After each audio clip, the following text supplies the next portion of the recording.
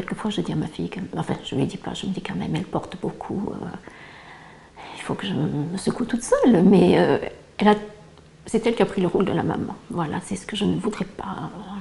Je sais que je lui dis des fois, oh je t'enquiquine, enfin des choses comme ça, mais dire je ne veux pas que tu sois ma maman, j'ai peur qu'elle le prenne mal aussi.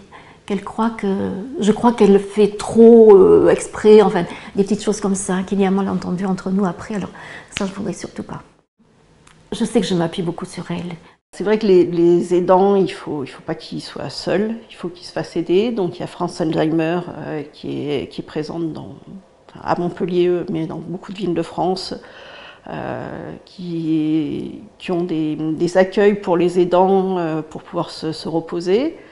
Quand la maladie est avancée, il faut aussi savoir mettre le patient en accueil de jour, enfin pas tous les jours, mais de temps en temps pour se permettre de souffler aussi.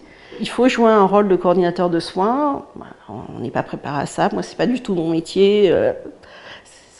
Voilà, et donc on découvre, on fait ce qu'on peut. Voilà, on trouve des personnes comme nous qui sont aidants d'Alzheimer et puis on s'entraide entre nous, on se donne des trucs et astuces, on se soutient.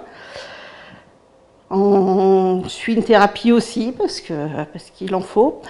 Donc on se soutient parce que quand on a un coup de blues, autant parler à quelqu'un qui vit exactement la même chose et qui pourra nous remonter le moral plus facilement que quelqu'un pour qui... on parle chinois quoi des fois.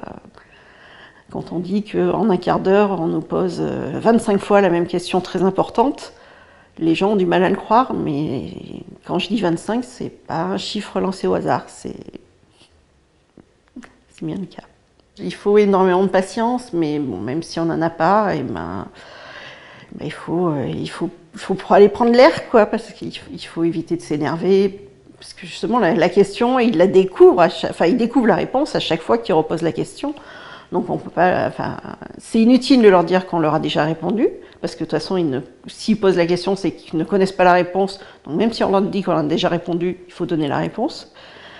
Ça frustre de savoir que les patients, donc en début de maladie, sont conscients de beaucoup de choses, pas justement de ce trou-là, mais ils sont conscients de beaucoup de choses, donc si on leur dit qu'ils ont posé 25 fois la même question, ça les frustre, ça les peine. Donc on n'est pas là pour leur faire encore plus de mal.